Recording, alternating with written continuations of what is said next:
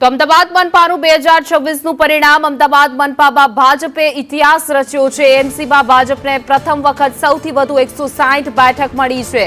2021માં ભાજપને 159 બેઠક મળી હતી।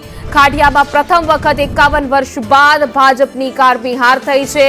ચારેય સંસ્થામાં ભાજપનો વોટ શેર 50% પાર જોવા મળ્યો હતો, પરંતુ ખાડિયા વિસ્તાર કે ખૂબ ચર્ચિત, કારણ કે વર્ષોથી ભારતીય જનતા પાર્ટીનો ગઢ ગણાય છે અને ત્યાં તેઓની હાર એ ભારતીય જનતા પાર્ટી માટે વિશ્લેષણનો વિષય બન્યો છે।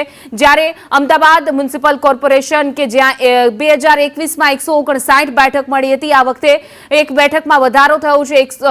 60 બેઠક મળી છે। 190 બેઠક પરની આ ચૂંટણી હતી, જેમાં તેઓને ફાયદો થયો છે। એમસીમાં ભારતીય જનતા પાર્ટીનું સત્તા જે છે તે યથાવત રહેશે।